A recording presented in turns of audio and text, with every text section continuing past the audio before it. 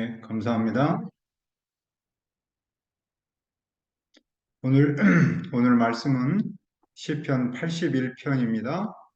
요절 말씀은 8절입니다. 8절 한번 읽겠습니다.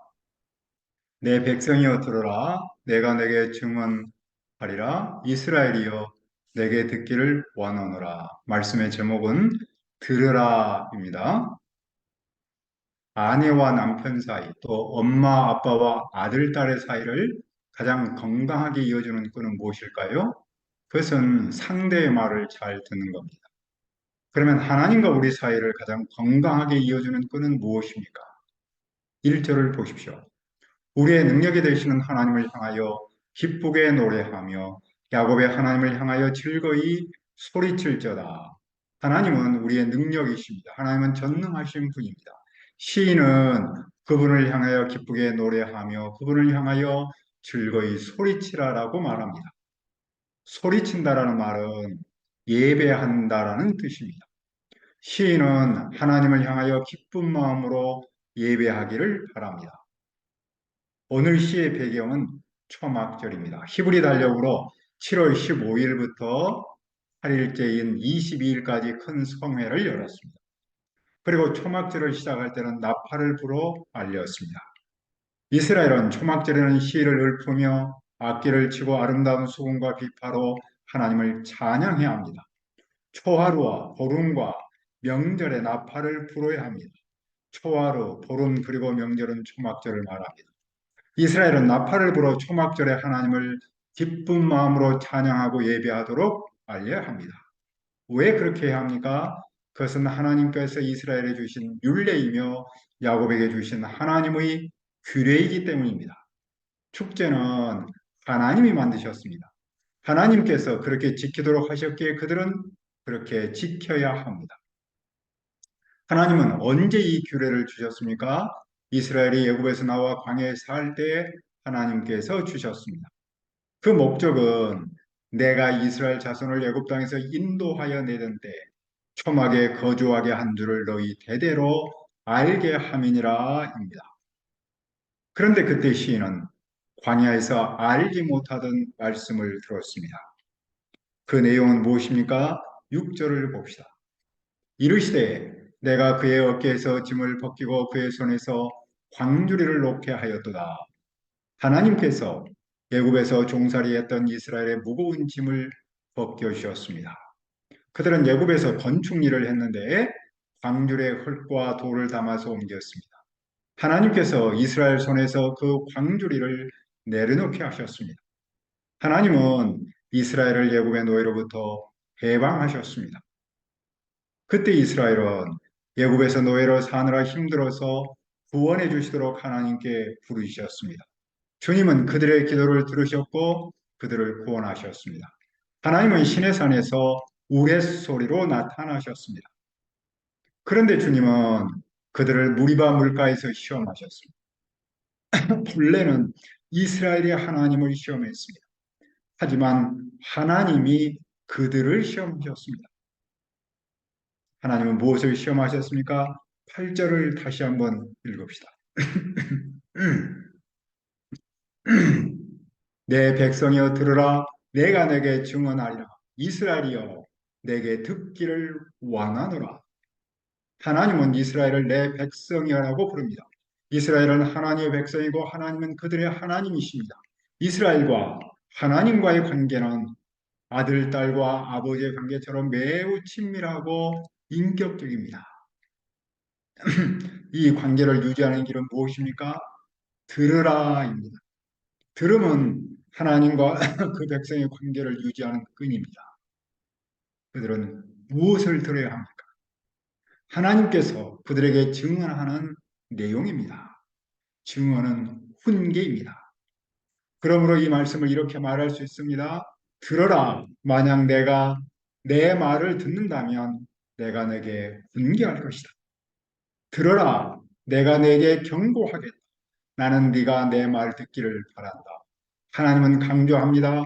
들어라. 내가 내게 훈계하는 말. 그러므로 듣는다라는 말은 무엇을 뜻합니까? 이 말은 하나님과 관계성을 유지함을 뜻합니다. 이스라엘은 그 백성으로 살고 하나님은 그들의 하나님으로 계심을 뜻합니다. 여기에 그들의 생명이 있고 미래의 희망이 있습니다. 그런데 그들 삶의 현장에는 하나님의 훈계 외에 많은 소리가 있었습니다. 그 많은 소리는 그들에게 그 소리를 듣도록 유혹했고 강요했습니다. 하나님의 말씀보다 세상의 소리를 들으면 더 잘 살 수 있는 것처럼 유혹했습니다.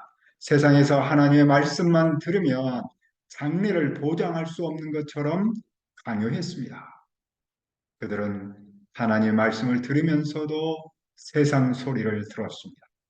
그들은 세상과 하나님 사이에서 줄타기를 했습니다. 그 줄타기에서 무게 중심을 어떻게 잡냐에 따라 세상으로 떨어든지 하나님 안에서 살든지 합니다.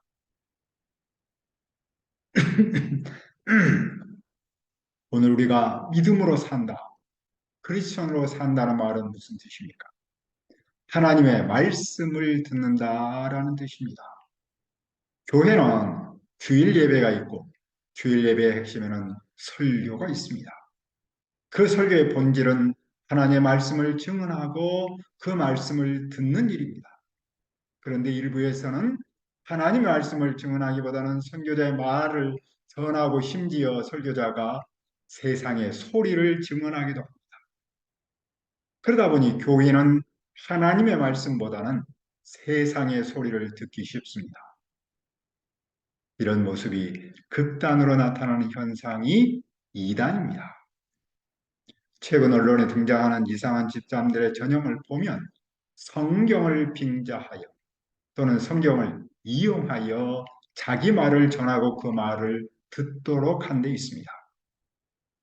그들은 한결같이 목사라는 말을 씁니다. 본질에서 목사는 하나님의 말씀을 증언하는 사람이고 교인은 그 말씀을 듣는 사람입니다. 그런데 그들은 말로는 목사라고 하면서 실제로는 하나님의 말씀보다 자기의 말을 하다 보니 이단의 교주가 된 겁니다. 하나님의 말씀만이 사람을 살립니다. 하나님의 말씀만이 희망을 줍니다. 그러므로 이나 지금이나 하나님의 말씀을 들어야 합니다. 이스라엘은 무슨 말씀을 들어야 합니까? 9절입니다. 너희 중에 다른 신을 두지 말며 이방 신에게 절하지 말지어다. 그들은 모르는 신을 섬기지 않도록 해야 합니다. 그들은 모르는 신에게 절하지 말아야 합니다. 이 말씀은 10가지 교훈 중 제1계명입니다. 이스라엘이 첫 번째로 들어야 할 말씀은 다른 신을 섬기지 않는 겁니다. 왜 그렇게 해야 합니까? 왜냐하면 하나님은 이스라엘을 애굽에서 인도하신 바로 그 여호와 하나님이시기 때문입니다. 그들은 하나님 외에 다른 신을 섬겨서는 안 됩니다. 그들이 다른 신을 섬기는 일은 구원의 하나님, 목자이신 하나님을 부인하는 일입니다. 이런 일처럼 배은망덕한 일도 없습니다. 그들을 인도하셨던 그분은 지금 무엇을 하십니까? 하나님은 이스라엘이 입을 크게 열면 채워주십니다. 과거에 일하신 하나님은 지금도 일하십니다.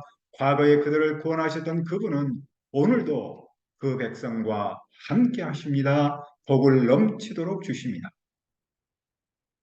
그러나 그 백성은 무엇을 했습니까? 11절을 봅시다. 내 백성이 내 소리를 듣지 아니하며 이스라엘이 나를 원하지 아니하였도다. 하나님은 그 백성을 애굽에서 인도하셨는데 그들은 그 하나님의 목소리를 듣지 않았습니다. 그들은 하나님을 의도적으로 원하지 않았습니다. 그들은 인간으로서 기본이 없었습니다. 의리가 없었습니다. 그런데 이런 모습은 그들만의 특수성이 아니라 오늘 우리 안에도 있는 보편성입니다.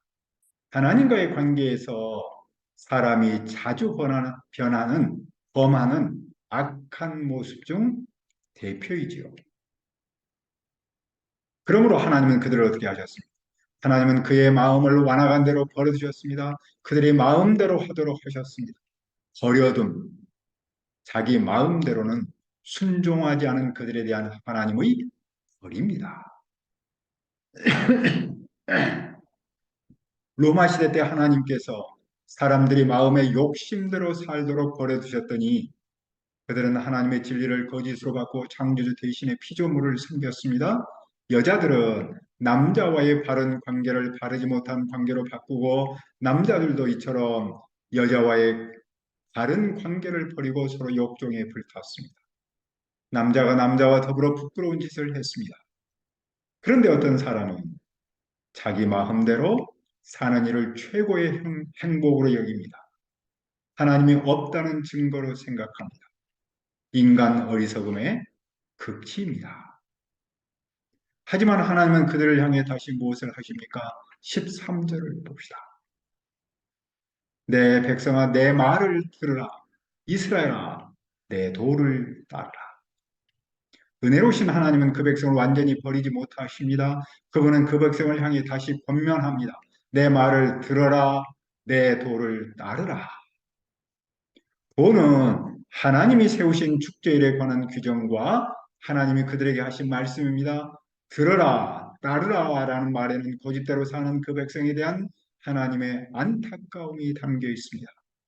하나님은 그 백성이 당신의 말씀을 듣기를 바라십니다.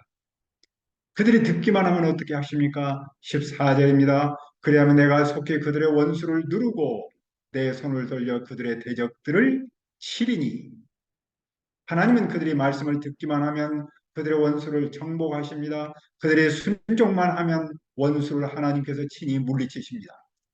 하지만 여호와를 미워하는 사람, 즉 말씀을 듣지 않는 사람은 여호와 앞에서 굽실거립니다.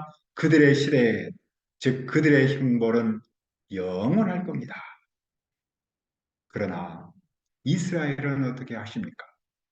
16절을 읽읍시다.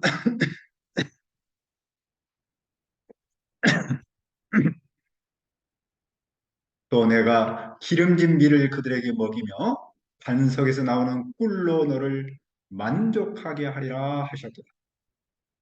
이스라엘이 여호와의 말씀을 들으면 여호와께서 그들에게 기름진 밀을 먹이십니다. 반석에서 나오는 꿀로 그들을 만족하게 하십니다. 그들이 하나님의 말씀을 들으면 양식을 충분하게 주십니다. 삶을 윤택하게 하십니다. 여기서 볼 때 말씀을 들음의 중요성이 어떠합니까? 말씀을 들음이 사람의 풍요와 행복을 결정합니다. 왜냐하면 말씀을 들으면 과거의 나를 죄와 죽음에서 구원하신 하나님을 기억할 수 있습니다. 그리고 이상한 신을 섬기지 않고 오직 그분만 섬길 수 있습니다. 그러면 그분이 우리를 대적하는 세력을 제압하십니다. 더 나아가 오늘 나의 삶을 풍요롭게 하고 행복하게 하십니다. 그러므로 오늘 우리는 어떻게 살아야 합니까? 우리는 이 복잡하고 시끄러운 세상에서 하나님의 말씀을 들어야 합니다. 그래야 우리를 삶의 고난에서 구원하시고 풍성한 복을 주시는 하나님을 체험하기를 기도합니다. 은혜로우신 아버지 하나님, 우리를 죄와 사망에서 구원하시고 오직 하나님만을 섬기고 하나님의 말씀을 듣기를 원하신 줄 믿습니다. 우리가 이 복잡하고 시끄러운 세상에서 하나님의 말씀을 듣도록 도와주옵소서. 그래야 우리가 삶의 고난에서 구원하고 풍성한 복을 주시는 하나님을 체험할 수 있도록 인도하여 주옵소서. 감사하고 예수님의 이름으로 기도합니다. 아멘.